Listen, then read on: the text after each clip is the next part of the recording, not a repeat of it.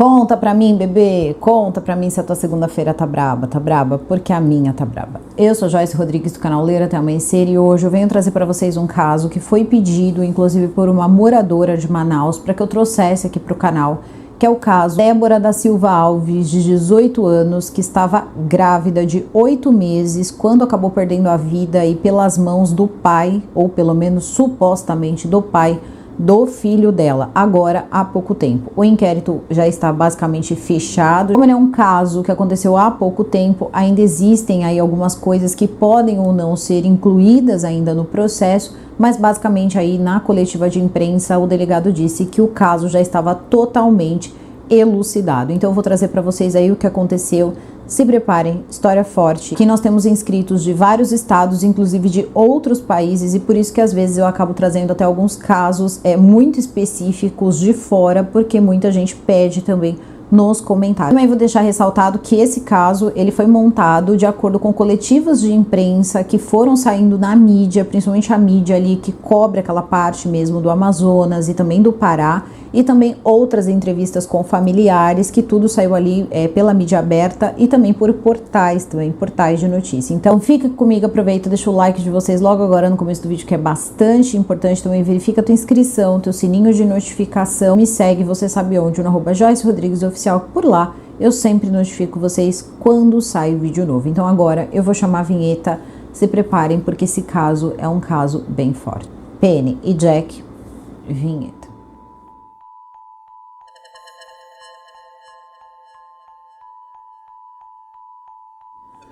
Para contar essa história para vocês, nós vamos para Manaus, tá? Há poucas semanas ainda. É um caso recente, porém a polícia, ela basicamente já fechou a investigação, então a gente já pode falar sobre esse caso, já tem pessoas presas, a história já foi elucidada, pelo menos em quase uma totalidade aí, né? Sempre fica uma coisinha ou outra até vencer o prazo que a polícia tem para encerrar. Mas ao que tudo indica aí não tem nada mais aí que possa ser descoberto, até porque dá até medo do que ainda pode ser descoberto no meio dessa história toda.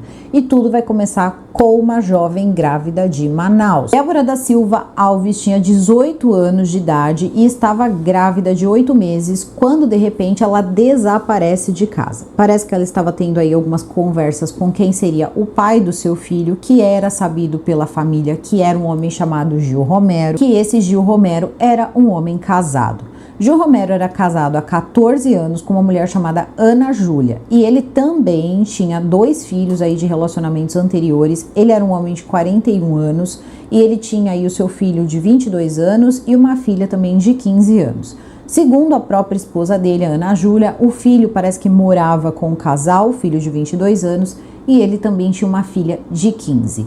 Como era também a vida do Gil Romero? Ele também era um estudante de direito do 6º ano e também trabalhava de vigilante, o que seria um galpão ou uma usina desativada. O que se sabe é que tinham muitos materiais que poderiam ser vendidos, como fios de cobre, pregos, muitas coisas ali, e ele já trabalhava nesse local há 11 anos, então ele já trabalhava há bastante tempo e ele era ali o principal vigilante do lugar. Inclusive, ele tinha aí até mesmo porte ali, parece que ele podia portar arma quando ele estava trabalhando, então ele já tinha um certo vínculo aí com a empresa de bastante tempo. Ele também tinha um bar no bairro em que ele morava, era um bairro simples, mas era um bar até relativamente assim grande, onde ele tocava durante a semana com um homem chamado José Nilson. E quem era José Nilson? José Nilson era mais conhecido pelas pessoas ali como Nego e era amigo dele ali. Inclusive, o José Nilson, ele fazia alguns trabalhos segundo a própria esposa dele, tá? A Ana Júlia. Então parece que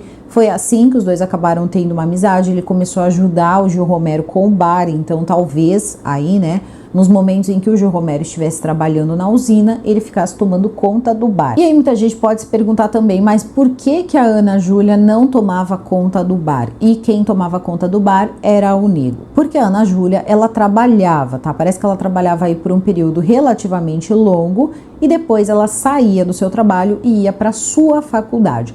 Palavras dela. E aí também, em meio a tudo isso, depois também encontrei um ponto aí um pouco estranho, mas depois a gente levanta aí um pouquinho mais pra frente. Porque o que acontece? A Ana Júlia vai chegar a dizer que ela nunca frequentava, ela ia sempre do trabalho pra faculdade, da faculdade pro trabalho, e que ela não tinha muita noção das atividades do marido dela, que ela não costumava olhar celular, que ele não costumava olhar o celular dela, eles não tinham esse tipo de relação, e também vai surgir alguns boatos, inclusive, que ele também era um cara que gostava aí de jogar o seu charme, né, para as meninas aí que viviam ali ao redor do bar. Então parece que ele era um cara aí um pouco saidinho até demais. Ela estava pensando no futuro dela, ela tinha 29 anos, mas ela estava estudando. Quando ela ia no bar, ela ia aos finais de semana, então ela, né, disse que não sabia direito o que acontecia. Então, ao que tudo indica, José Nilson, né, e também o Gil Romero eram amigos aí de trabalho também em relação ao bar.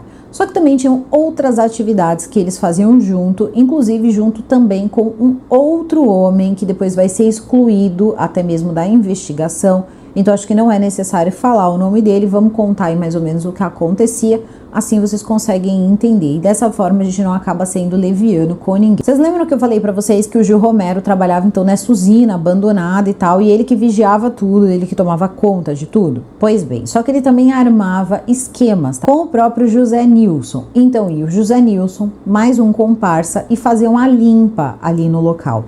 E existem duas versões para isso. Alguns diziam que eles davam parte, né, do que eles conseguiam vender de dinheiro para o Gil Romero fazer vista grossa. Outros diziam que o Gil Romero pegava parte dele e ele mesmo acabava vendendo.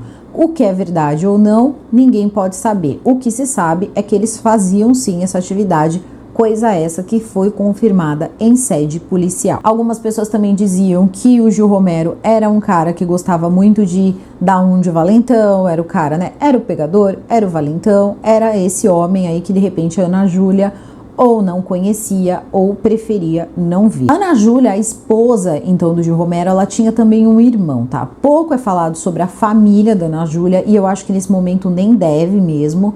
Em um determinado momento, parece que o irmão, então, da Ana Júlia conhece a Débora. Sim, a Débora, a moça grávida. Só que isso foi antes dela engravidar, parece que os dois tiveram um relacionamento. Eu não sei se o relacionamento foi tão breve, não foi explicado isso direito também. O que se sabe é que parece que deu tempo até mesmo de acabarem mandando ali convite para a mãe, né, do irmão ali da Ana Júlia para que pudesse aceitar o convite dela. Ela também parece que adicionou a própria Ana Júlia justamente porque ela estava namorando, então, o irmão, né, da Ana Júlia. Parece que o relacionamento entre a Débora e o irmão da Ana Júlia não deu certo e pouco tempo depois parece que a Débora acabou se apaixonando pelo Gil Romero, que era o marido da Ana Júlia. Quando eu digo se apaixonando, eu tô falando sério, tá? Ela estava, assim, apaixonada, isso foi falado pela tia, isso foi falado pelo pai, isso foi falado por todos ali que estavam em volta dela. Ela era muito apaixonada pelo Gil Romero. E agora a gente vai fazer aqui também um comparativo que é o seguinte. Se ela estava grávida de 8 meses com 18 anos, ela engravidou, provavelmente se envolveu com ele, ela tinha 17. Então nós estamos falando de uma garota de 17 anos e de um homem de 41 anos. Um homem de 41 anos que tinha um filho de 22 anos e uma filha de 15. Gil Romero vivia com a Ana Júlia, ele era casado com a Ana Júlia há 14 anos e a Ana Júlia não suspeitou desse relacionamento, é assim que ela conta. Ela não suspeitou que os dois poderiam estar tendo alguma coisa. Ela diz o seguinte, que ela soube, tá, que a Débora estaria grávida de um homem chamado Gil. Porém, na região, todo mundo conhecia o Gil Romero como Romero e não como Gil. Foi essa convivência dentro da casa. Será que os pais aceitaram? Será que os pais não aceitaram? O filho, que seria então de um homem casado. Quando a Débora descobre que ela tá grávida, ela teria falado isso pro Gil. E o Gil disse que isso não seria possível porque ele era um homem casado.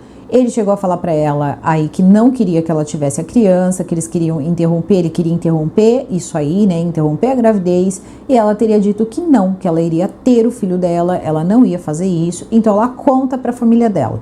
O pai mesmo acaba dizendo no depoimento que ela chegou para ele e disse: pai, eu tenho uma coisa para contar para você. Ele perguntou o que foi e ela disse: olha, eu estou esperando um bebê. Pergunta-se do pai do bebê e ela diz que era complicado. Depois, aos poucos, eles foram sabendo que era do Gil Romero e ele disse o seguinte: olha, eu não tenho condição de ser pai do seu filho, o que eu posso ser é um bom avô. O pai, como a mãe dela, alguns dizem que era pai, outros dizem que era padrasto, e aí é que as coisas também ficam um pouco confusas aí nessa parte. E acreditem, até o julgamento não vai também se esclarecer assim de forma tão fácil. A família não apenas acolhe ela grávida. A gente sabe que isso não acontece em várias famílias, em todas as famílias. Muitas famílias simplesmente dizem, ó, segue teu rumo. Só que não foi o caso da família dela, não. A família dela sabia que ela estava ali grávida de uma pessoa que não ia assumir a criança e sempre falavam para ela que tudo que eles pudessem fazer, eles iriam fazendo aos poucos.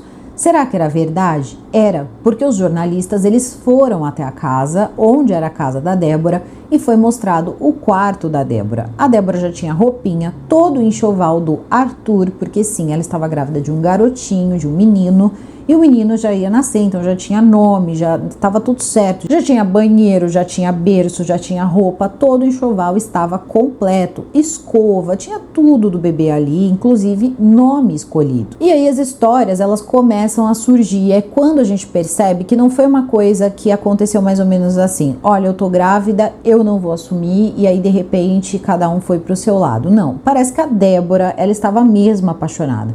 Tem um momento que a tia dela fala que o que estraga, o que acabou, levando as coisas também a uma condição que foi mais difícil para a sobrinha dela, foi porque a sobrinha dela estava apaixonada pelo Gil Romero. A gente não pode saber se de repente esse homem não acabava até mesmo enganando ela, dizendo que iria largar a mulher, esse tipo de coisa. Mais uma vez, ela era uma jovem de 18 anos e não dá para saber qual tipo de coisa que ele acabava falando para ela, porque quando a gente vê a sequência dos fatos, muitas perguntas surgem. Veja só. No início da gravidez, ela começa a reclamar muito de dor de estômago. É quando a gente percebe que eles tinham momentos juntos, sim, e mais de um momento. Então ela no começo sentia enjoo, sentia dor de estômago, ele ia lá e dava remédio para ela. Só que esses remédios ela não sabia, mas eram remédios para interromper, tudo, se é que vocês me entendem. Quando ela descobre isso, os dois acabam tendo uma briga muito séria e ele teria dito para ela que estava fazendo isso porque ele não queria o filho. Ele era casado, ele não queria estragar o casamento dele. Parece que nesse meio tempo ela ia conversando com ele. Então, mesmo que tinham brigas, tinham coisas, ela ia falando com ele. Por quê? Porque ele teria dito também que pagou diversos exames para ela, exames ali de gravidez e tal. E ele costumava dizer para outras pessoas, para terceiros aí que sabiam da história, que era o seguinte: ele estava fazendo tudo isso e ele não tinha obrigação, porque ele nem tinha certeza se aquele filho era mesmo dele ou não. E ela já tinha feito ele pagar exame, já tinha feito ele ajudar com enxoval, já tinha feito ali, já tinha tirado o dinheiro dele. Parece que em um determinado momento ele deu R$500 para ela, como se R$500 também fosse uma verdadeira fortuna ali para comprar, as coisinhas ali pro bebê.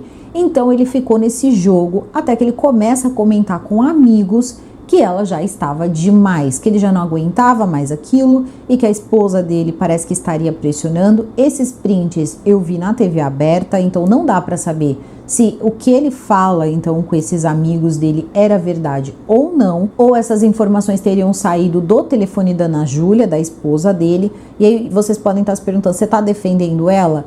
De certo modo, precisamos fazer isso, uma vez que nada vai apontar futuramente para algo ali relacionado a ela estar envolvida no que aconteceu com a Débora. Então a gente precisa ser correto nesse momento para não provocar ainda uma coisa ainda pior. Então vamos lá. Ele começa a fazer essas interações principalmente com o Nego, que era o amigo dele ali. Então ele falando da situação toda, que ela tava demais e tal, que ele não aguentava mais essa menina, ia falando esse tipo de coisa ali para ela. Um pouco antes, do dia 29 de julho de 2023, ele vai convidá-la para ir a um local também que era de mata, onde, segundo a família dela, ele tentou atacá-la, Ele tentou fazer alguma coisa ali contra a vida dela, só que parece que nessa ocasião ela acabou se defendendo com uma faca.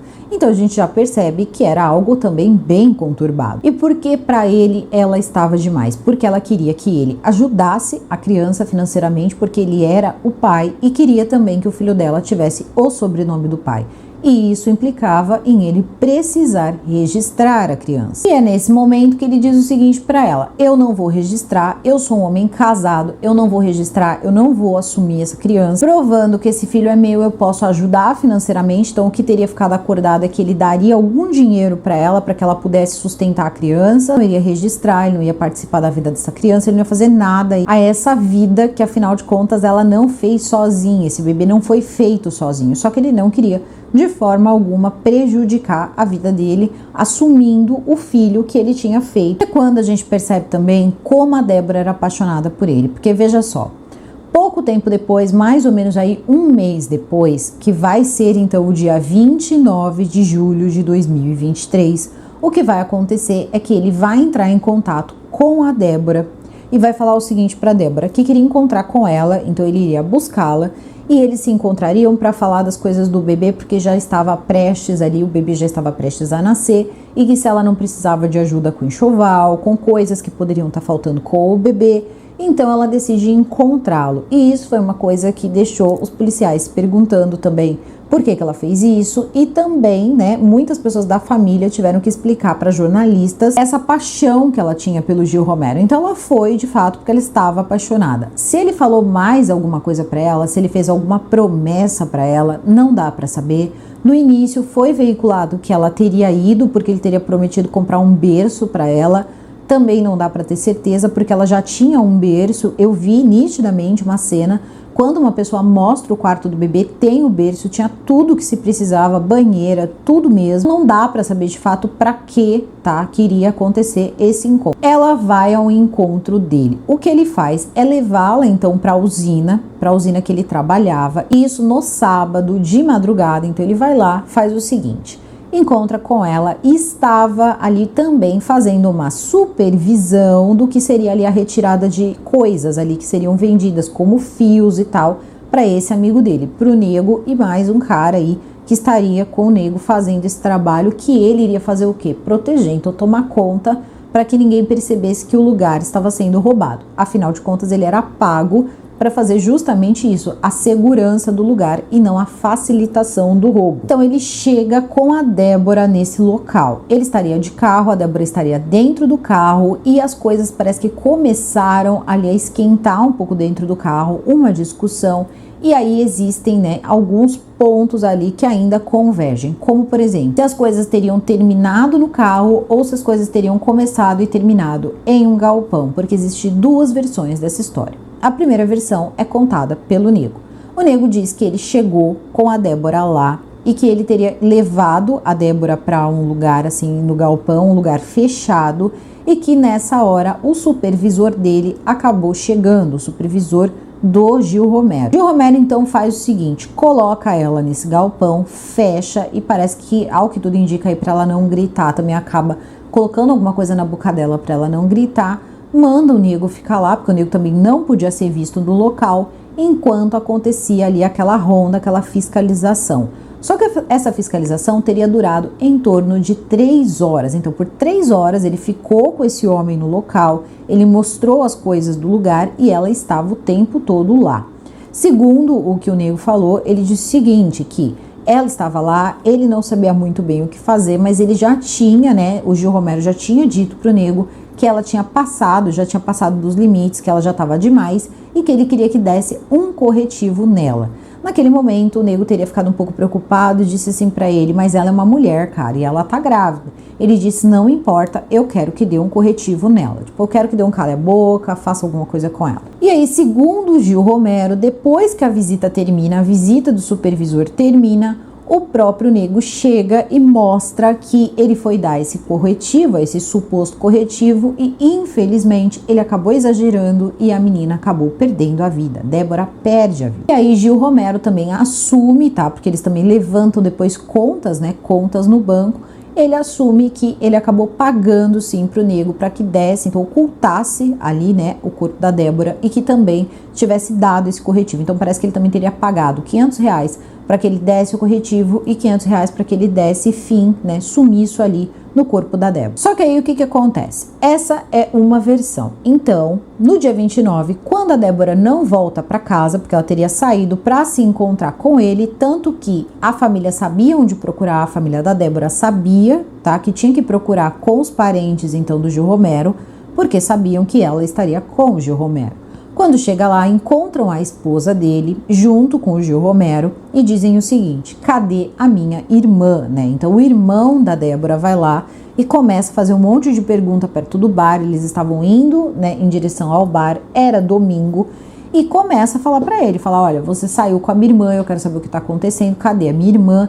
E nessa hora a Ana Júlia vira e fala: eu quero que você fale comigo. Começa ali a se meter um pouco na confusão, não tá entendendo o que tá acontecendo, mesmo que a família, enfim, da Débora diga que ela sabia sim o que estava acontecendo, mas aí são narrativas, versões, isso aí já não é com a gente, né? A questão toda é que ele começa a perguntar, e o Gil Romero não fala. Então nessa hora parece que várias pessoas, inclusive do local, começaram a sair em busca dela e tal, começaram a procurar por ela. É quando começa uma suposta conversa entre o Gil Romero e a mãe dele também, e também a esposa dele, a Ana Júlia. Eu acabei fazendo uma besteira e eu preciso ficar longe da cidade por um tempo.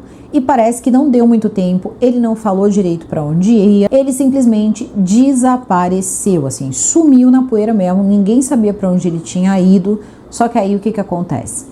Vão começar a procurar pessoas que poderiam ajudar, né? Pessoas que pudessem ter informação então da Débora. E aí que começa a aparecer na televisão a moça que teria desaparecido, a moça que estaria com 8 meses de gestação. No meio de tudo isso, em poucos dias, eles acabam prendendo então o José Nilson, que era o Nego. E o Nego faz o quê? Ele senta lá e conta a história toda, mesmo que o Gil Romero estivesse ainda foragido, tá? Então ele estava foragido, ninguém sabia onde ele estava, junta-se policiais ali de estados, né, e cidades também vizinhas, começam a ajudar. Também teve uma união entre delegacias, muita gente envolvida mesmo nas buscas, porque o que acontece? Era uma mulher de 8 meses, uma gestante. Eles dão, obviamente, uma pressionada, porque eles sabem, né? Falam pro Nego, quanto mais rápido encontrarem ela, melhor, porque ela está desaparecida e ela pode ter o bebê a qualquer momento. Ela já estava de 8 meses, ela tinha a cesariana dela marcada, o bebê dela nasceria agora, dia 26. Então todo mundo estava extremamente preocupado. E nessa hora o Nego acaba contando a história. A história que o Nego conta é a seguinte: ele conta sobre os fios, ele conta sobre o que acontecia lá em relação ao roubo que acontecia dos fios e tal. E ele disse o seguinte: olha, ele é um cara que anda armado e tal, e tem mais. Ele teria me contratado sim, só que ele teria me contratado para que eu desse um corretivo nela. Quando chego lá, eu percebo que ela tava, né, no estado avançado ali de gravidez, e eu ainda pergunto para ele: cara, você tem certeza? Ele diz que tem. Só que ele falou que nessa hora não deu muito tempo. Eles ainda estariam dentro do carro, ela estaria no carro também. Então a gente vê que já é uma outra versão. E nesse momento é quando chega o supervisor. Então eles pegaram, levaram ela para um lugar, esperaram o supervisor ir embora. Parece que ela teria ficado ali, né, com a boca amarrada. Depois eles tiram ela de lá, levam para o carro. Novamente ele faz a pergunta: você tem certeza? Ela está grávida, é uma mulher. E ele diz: eu tenho certeza, se você não vai fazer, eu faço. Nessa hora parece que ela estava no banco ali do passageiro, porque eles disseram o seguinte: um teria puxado então um fio, tá, na garganta dela, e o outro teria ajudado empurrando. Então, por mais que o Gil Romero tenha dito que quem fez sozinho e chegou dizendo que acabou dando, né, errado, passando do limite, teria sido então o José Nilson, parece que não foi bem assim. A versão é que ele, né, teria então puxado o fio do telefone. Ele não nega a participação dele em nenhum momento, só que ele diz que ele não fez sozinho.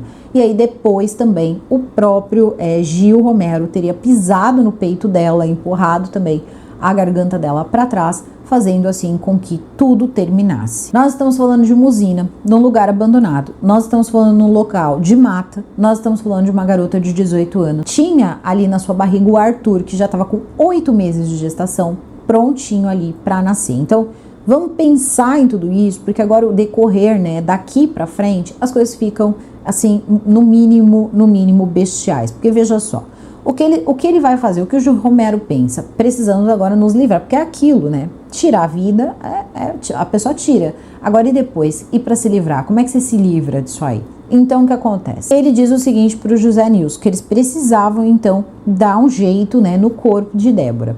Eles, então, decidem colocá-la num tambor, que seria um tambor de óleo, tá? Um tambor de óleo que estaria vazio. Eu até achei que o tambor poderia ter óleo, mas depois eu vou contar uns detalhes para vocês, e aí vocês vão perceber que não, porque senão não teria como isso acontecer. Por quê?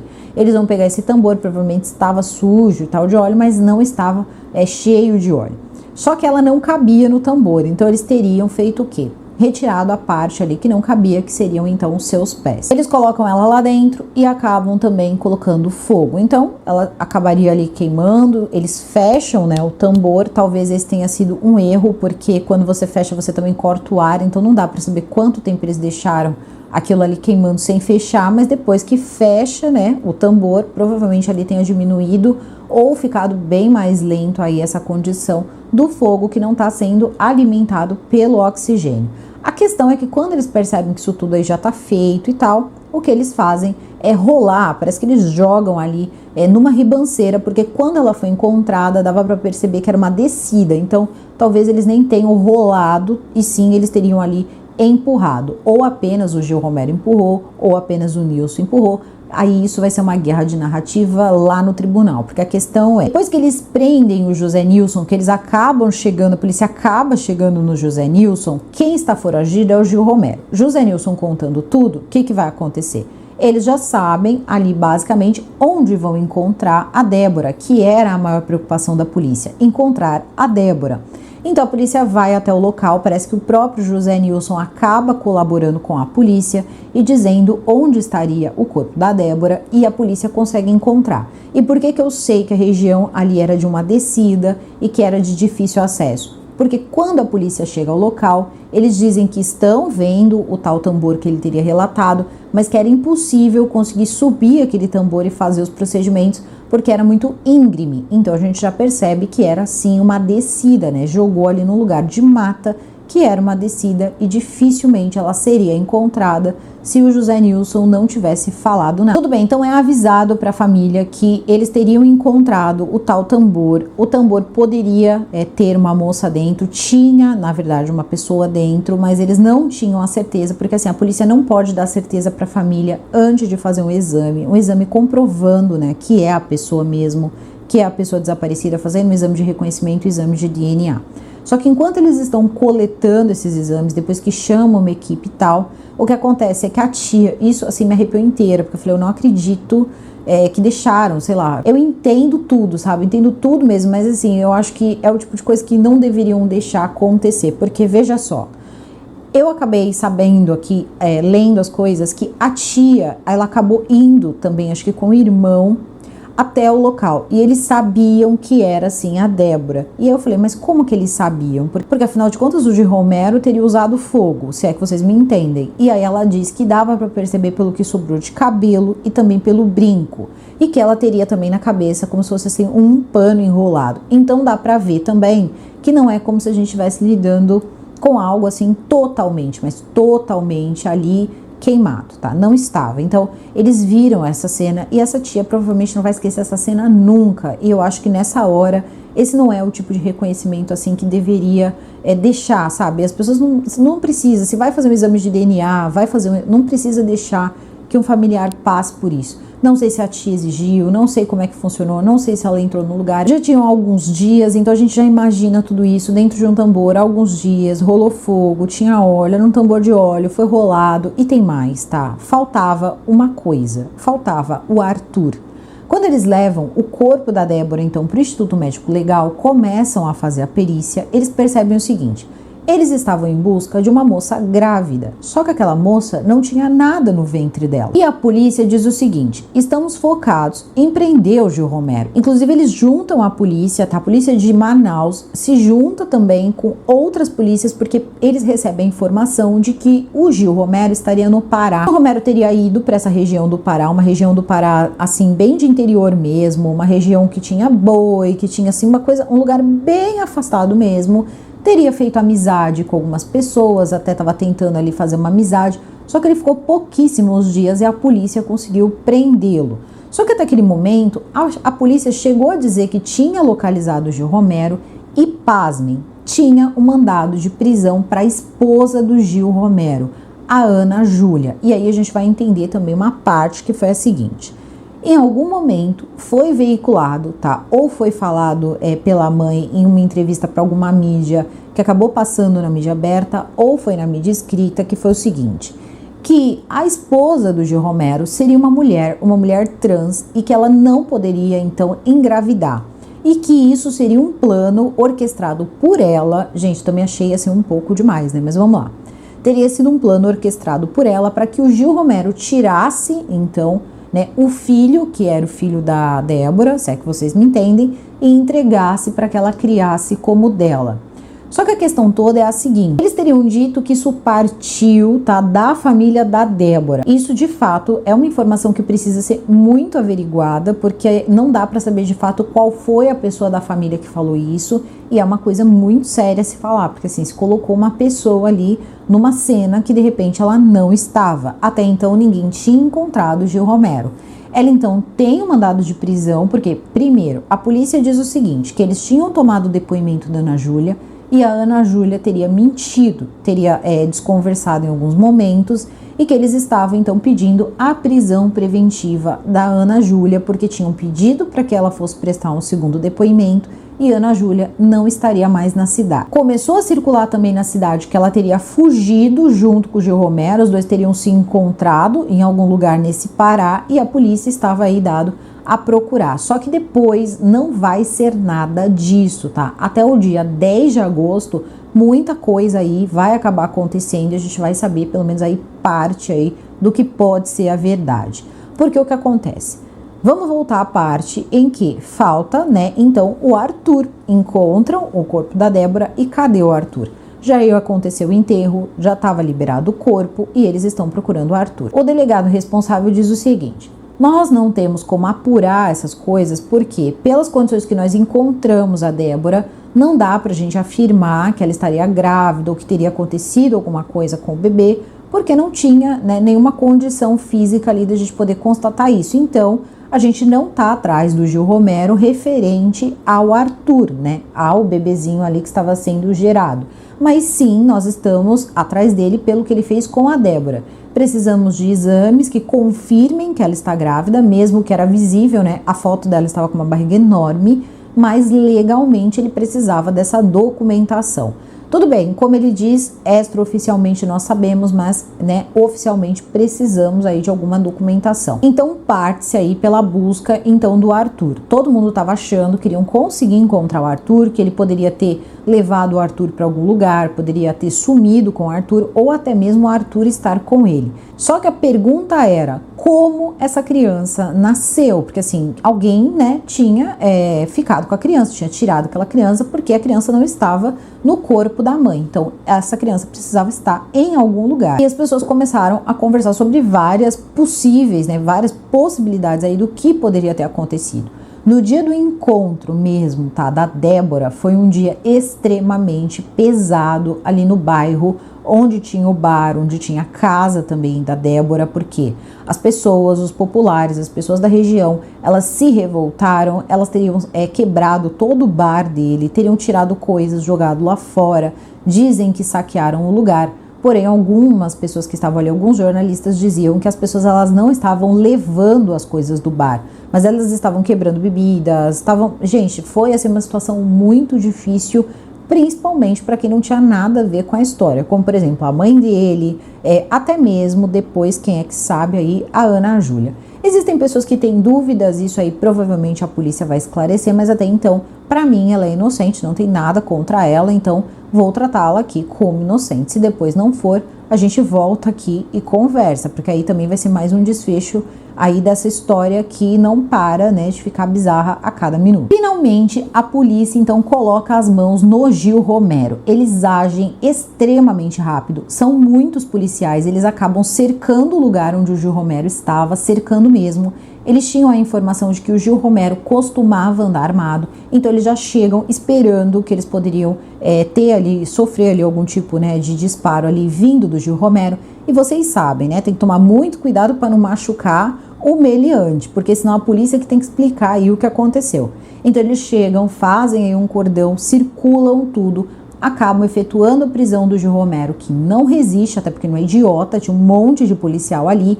E aí ele é levado, só que ele é levado para uma delegacia no Pará. Então começa todo o trâmite para levá-lo para Manaus. Ele é levado para Manaus e quando chega em Manaus, a recepção, meu amigo, coisa fora do sério. Tanto que a polícia teve que tomar muito cuidado com a integridade física do ser, porque o que acontece? Depois que você já está lá em posse do fulano, a responsabilidade é do Estado, a responsabilidade é dos policiais. Então, se acontece alguma coisa com o camarada, a polícia ainda é obrigada a responder por isso. Então, tem que proteger, tem que levar, tem que confirmar que você não tomou uns tapas até chegar lá na delegacia. Tudo isso você tem que confirmar.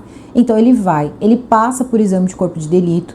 Depois do exame de corpo de delito, ele vai fazer a audiência de custódia, porque já tinha sido pedido, então, a prisão preventiva dele, né? Aquela prisão que pode durar de 30 dias. E tá lá, coletiva pra cá, coletiva pra lá, cadê a Ana Júlia? E todo mundo, né, caindo em cima também da Ana Júlia. Eu fiquei até um pouco irritada em alguns momentos, porque eu vi que muita gente estava dizendo que, basicamente, a Ana Júlia teria montado tudo. E eu fiquei pensando, caramba, o cara fazia tudo isso que estão contando aí, de repente quando acontece alguma coisa, quem montou tudo foi a Ana Júlia. As pessoas não acreditavam na versão da Ana Júlia. Ana Júlia era considerada foragida, até que em um determinado momento Ana Júlia aparece, Ana Júlia conversa com a delegada e eles não encontram nenhum motivo para manter a Ana Júlia presa.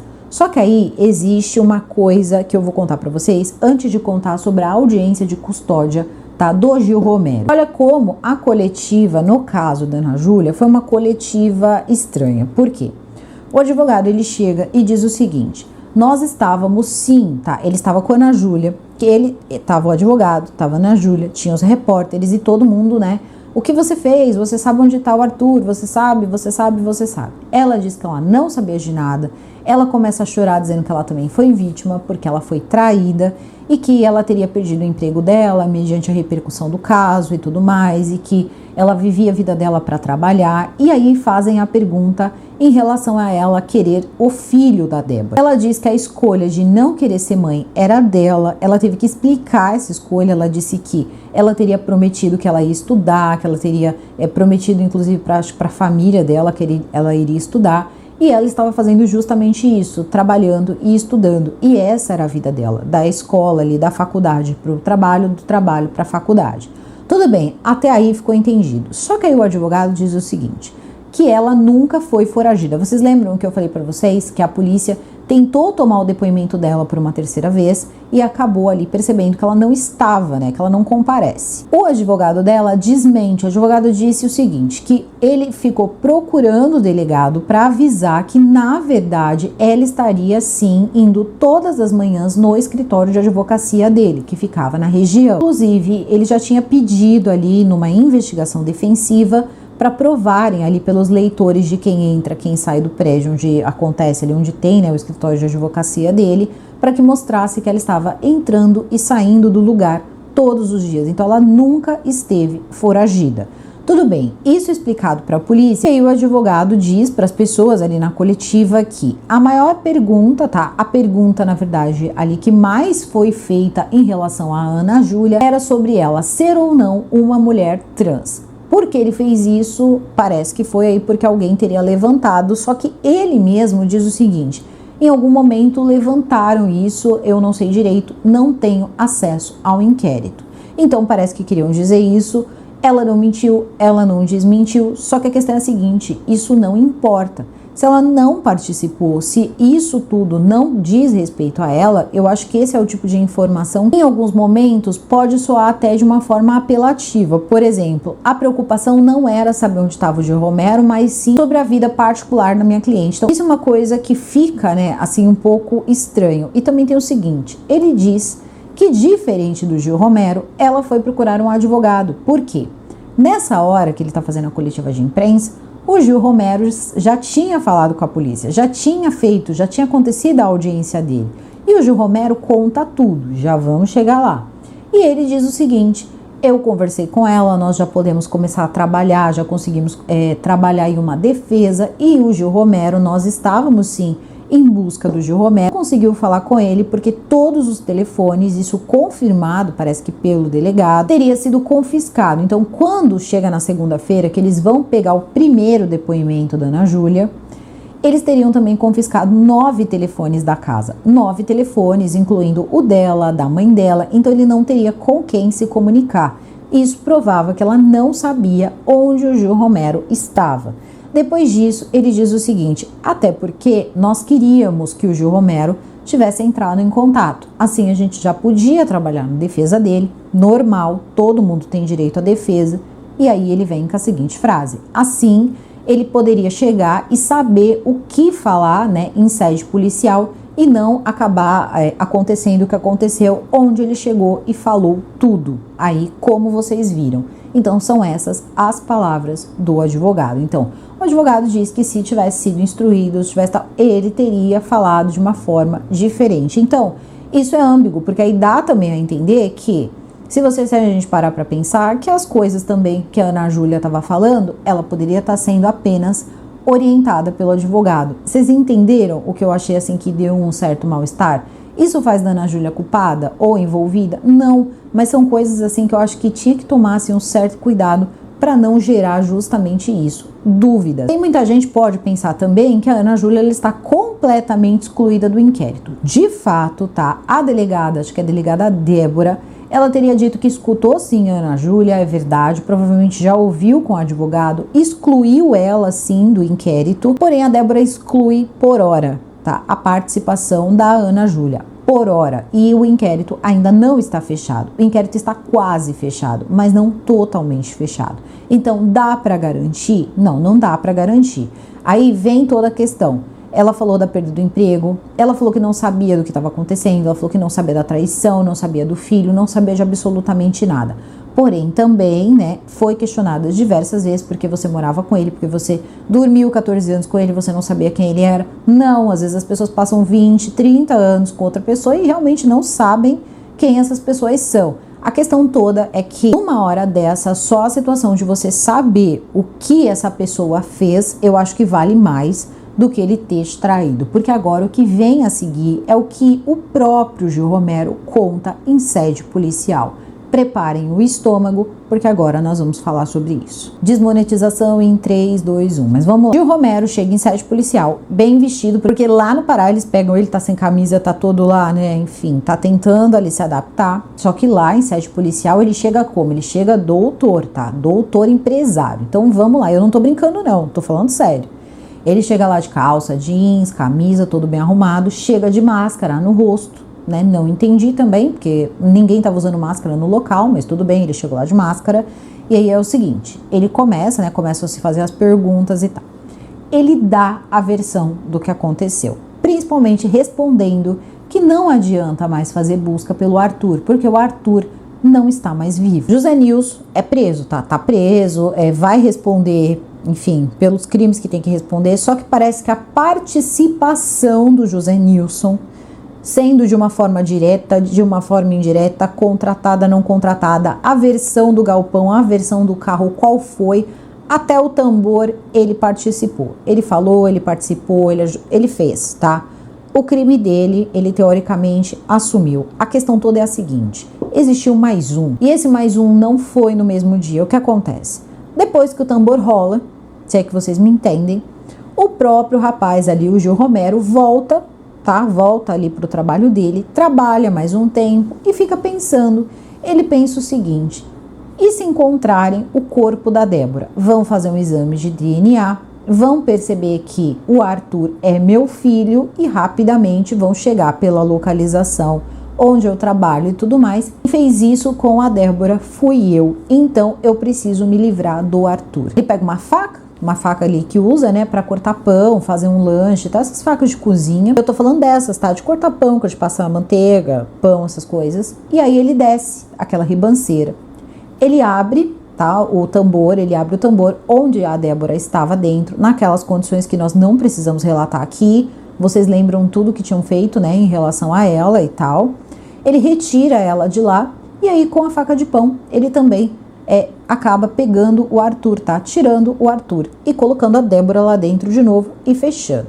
Ele pega o Arthur, coloca num saco de estopa, depois coloca prego, coloca vários pedaços de metais pesados dentro do saco, coloca outro saco e amarra, porque afinal de contas ele precisava se livrar do Arthur. Então vamos nos livrar, né, da ligação que pode existir entre a gente, e essa ligação é ele. Então eu já coloquei ele aqui nesse saco, né, então eu vou procurar um barqueiro ali, são catraias, né, são barquinhos ali, eu não sei de verdade o nome, tá? Eu sei que é um tal de Porto do Ceasa. Ele vai até esse lugar para poder atravessar o Rio Negro. Ele vai, pega essa catraia, acaba, né, o rapaz ali que ele contrata, ele chega pro cara e fala que ele quer dar uma olhada, conhecer a região, ele quer ir até um pedaço do Rio Negro e o cara vai levando ele. Quando ele chega até um determinado local, ele dispensa aquele saco nas profundidades do Rio Negro. Obviamente nunca vai ser encontrado, a gente sabe muito bem como é, né, o Rio Negro em relação à vida, né, vida ali dentro daquele rio. Então, obviamente, a gente sabe o que acaba acontecendo. E aí o rapaz que tá, né, conduzindo então o barquinho lá, a catraia, diz o seguinte pra ele: mas o que você jogou aí? Ele falou: era resto de obra, tá? É realmente resto de obra, né? Então ele pega e fala que ele quer voltar. E aí parece que ele volta e é quando ele acaba chegando em casa e dizendo que ele teria feito besteira e aí é tida a fuga. Então foi assim que aconteceu de encontrarem o corpo da Débora e não encontrarem o Arthur na barriga dela, porque o pai, né, o suposto pai, porque não dá nem para fazer um DNA graças a ele mesmo, ele acabou fazendo isso então com o Arthur, né? Então o Arthur não estaria na barriga da mãe dele. Quem conta essa história? O próprio. Foi ele mesmo. E ele disse que fez sozinho. Isso ele fez sozinho. Ele admite que ele fez sozinho. Ele também fala, ele pede a palavra também quando ele está dando o depoimento dele para dizer o seguinte, que ele não precisava guardar o julgamento preso, porque afinal de contas ele era um bom cidadão. Ele era um empresário, ele trabalhava também há 11 anos na usina essa que ele trabalhava 11 anos para proteger contra roubos, mas ele facilitava roubos. E também tinha a parte em que ele era um estudante, tá? Então ele era um estudante do 6º ano de Direito, então ele pede as palavras aí para dizer que ele tinha endereço fixo, que ele era uma pessoa que estaria ali à disposição das autoridades. Não precisa dizer que isso não colou, ele vai ser obviamente preso, né? Então eles precisam inclusive aguardar, porque precisa ter uma prisão especial, porque ele não pode cair no meio carcerário comum, precisam de um seguro, precisam de um lugar para colocar ele, porque mediante ao que ele fez, não é mesmo? Ele não vai ter muita chance lá dentro. Agora, a polícia ainda teve que tomar esse cuidado, precisa tomar esse cuidado para que não aconteça a justiça da cadeia, né? Que a gente sabe que é um pouquinho aí diferente. E o Romero tem bens, tá? Ele tem bens, querendo ou não, ele tem bens, ele tem a casa, ele tem os carros, ele tem bens, né? Vamos pensar aí desse jeito, porque é assim que ele se coloca. E pelo que eu entendi ali, ele estava com um defensor público, tá? Quando ele foi ali conversar e tal. E aí já tinha, né, também a Ana Júlia, que já estava com um advogado. O que pode acontecer no meio de tudo isso? O que pode também nos levar a pensar que essa história pode ter sido diferente? Eu andei fazendo umas pesquisas. E aí o que acontece? Ele vai ser acusado, tá? Está sendo, né, acusado, ele e também o José Nilson, de ter tirado a vida da Débora. Só que em relação ao Arthur, eles não vão colocar como homicídio, eles vão colocar como aborto. Porque Arthur não nasceu, Arthur estava dentro da barriga dela, então é assim que eles vão colocar. Tem diversas agravantes, como feminicídio, ocultação, também teve a premeditação, porque foi premeditado, eles fizeram uma tocaia, então isso aí foi premeditado. Só que a questão toda é a seguinte: ninguém vai garantir, uma vez que a polícia não pôde ter certeza se tinha ou não uma criança na barriga dela quando a encontraram, a polícia não pode garantir que isso aconteceu, que a retirada do Arthur foi feita depois que ela estava sem vida. Isso é uma coisa que, infelizmente, vai se manter sim uma dúvida. Ou nós vamos ter que acreditar apenas na palavra de Gil Romero.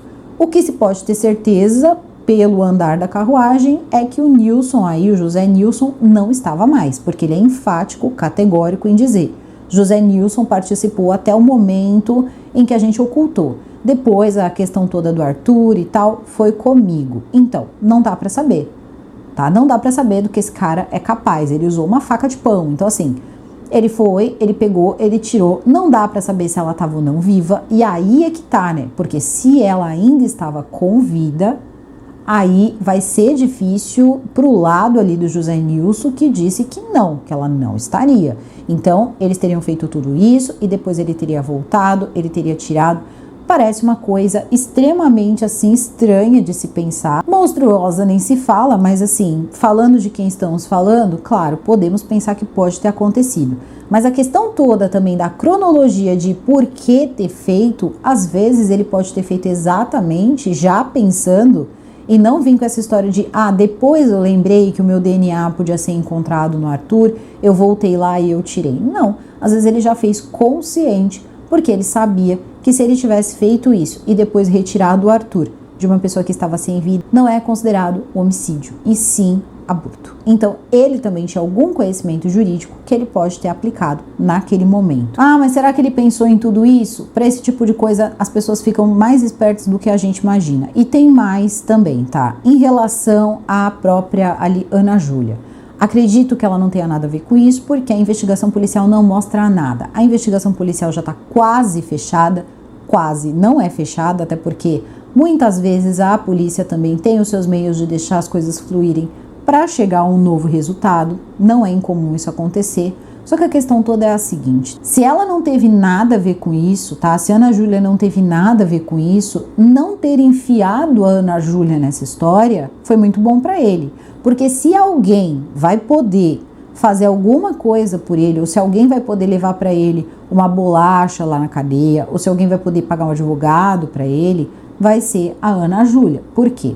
Tudo que eles construíram depois, afinal de contas, eles são casados há 14 anos. Então, mesmo que isso não seja uma união ali, enfim, registrada em cartório, ela é válida. Então, o que acontece? Metade dos bens, ou melhor, né, parte ali dos bens dele, quem vai tomar conta é a Ana Júlia. E ele ainda pode passar ali, de repente, algum documento para a Ana Júlia e tomando conta dos bens dele enquanto ele está preso. E aí a gente para e pensa: ele tinha um bar, tudo bem, o bar foi saqueado, foi zoado, foi isso, foi aquilo. Não dá para saber se ele tinha dinheiro guardado, não dá para saber de quase nada sobre a vida dele, sobre o que ele tinha no banco, não dá para saber. Ele tinha 2 automóveis aí parados na porta, que depois ela acabou contando. Tinha algumas coisas, tem acho que uma casa também, então não dá para saber. E aí a questão toda é a seguinte: o que a Ana Júlia vai fazer agora? Ele afirmou que ela não sabia. Ele afirmou que ela não sabia da gravidez, que ela não sabia da Débora, que ela não sabia de absolutamente nada.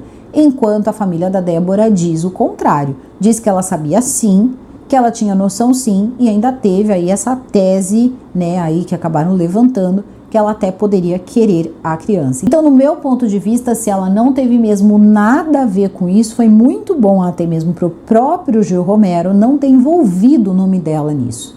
Porque se alguém vai lá levar um sabonete, uma pasta de dente, de repente pagar um advogado para ele, vai ser ela, que é a única pessoa que vai estar do lado de fora e vai ter acesso aos bens dele. Mas tem a mãe, mas tem, não importa, tá? Quem acaba pegando aí essa parte, isso aí é entre esposa, né? Ali o cônjuge e os filhos. Então, não dá para saber aí como é feita essa divisão. Também não se sabe quanto dinheiro esse homem tem. Então, a gente também tem que parar para pensar nesses 2 pontos, né? E também na parte em que, para ele, pode ter sido muito mais aí, de repente, vantajoso dizer que o Arthur foi retirado depois que a Débora não estava mais viva. Desculpa se isso tudo parece muito frio, mas é que assim, depois de uma história dessa, não tem como você se chocar com nada que seja contado aqui. A família também, tá, da própria Débora, teve que ouvir essas coisas nos pormenores. Então não dá para você imaginar, é inimaginável a situação toda de como aconteceu, é impensável, tá? Você ser um membro dessa família, você ser a mãe da Débora, você ser o pai, o irmão, o tio, a amiga, o vizinho distante dela, tá? Você ter tido contato com essa moça, visto a barriga dessa moça crescer e depois saber que uma coisa dessa aconteceu. Então, assim, eu só chego à conclusão que hoje, nos dias de hoje, eu acredito que não tenha mais os tipos, sabe? O tipo mesmo criminal. Qual crime que essa pessoa cometeu?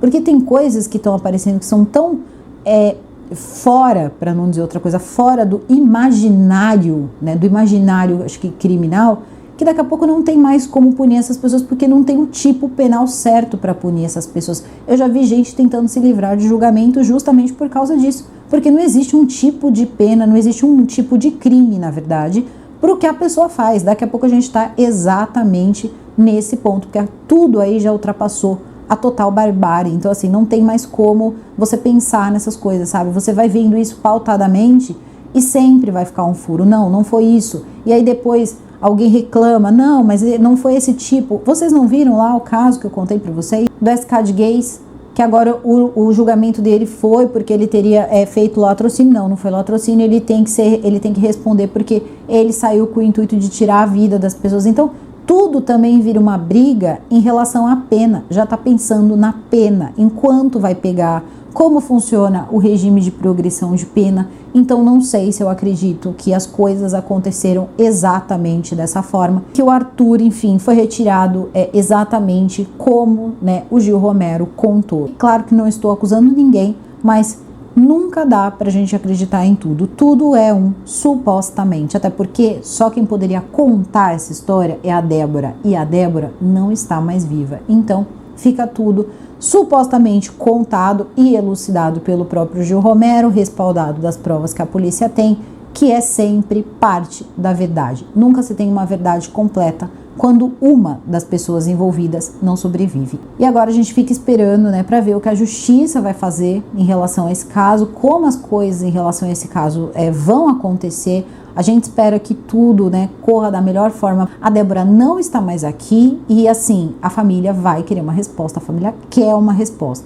Então, a gente espera que futuramente eu possa fazer um vídeo aqui dizendo que sim, olha, a justiça deu uma resposta para essa família, foi feito aí algum tipo aí de justiça para essa família, que é o que dá para esperar hoje em dia. Só que a questão toda é: quem tira a dor dessas pessoas? Ninguém. É o tipo de coisa que não vai passar hoje, não vai passar amanhã, não vai passar no que vem, não vai passar tão cedo. E é o tipo de história que marca um lugar, marca uma região e por muito tempo não vai ser esquecido. Só que precisa ser mesmo lembrado. Eu preciso deixar ressaltado que eu nunca passei por uma situação em que um caso tenha feito o que esse caso fez comigo. Eu tô conversando com vocês, eu estou fazendo vídeo para vocês, eu já passei pela fase, né, de você ir atrás das informações, porque foi extremamente, mas extremamente difícil, tá? Então fique imaginando para as pessoas mais próximas, que dirá para a família eu não consigo nem imaginar. Então, os meus mais sinceros sentimentos para todas as pessoas da família da Débora. A todos vocês eu peço o máximo de respeito aqui embaixo, tá? Vamos tomar cuidado com as palavras, porque senão o nosso vídeo não permanece aqui. Então,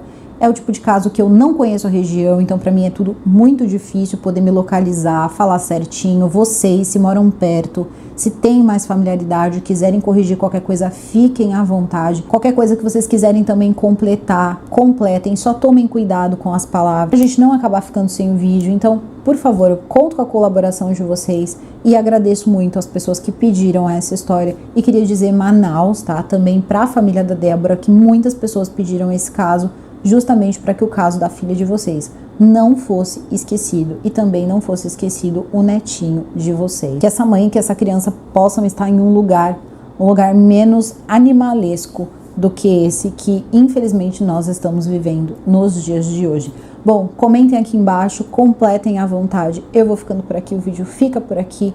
Eu desejo a todos vocês uma excelente semana, super beijo e até o próximo vídeo.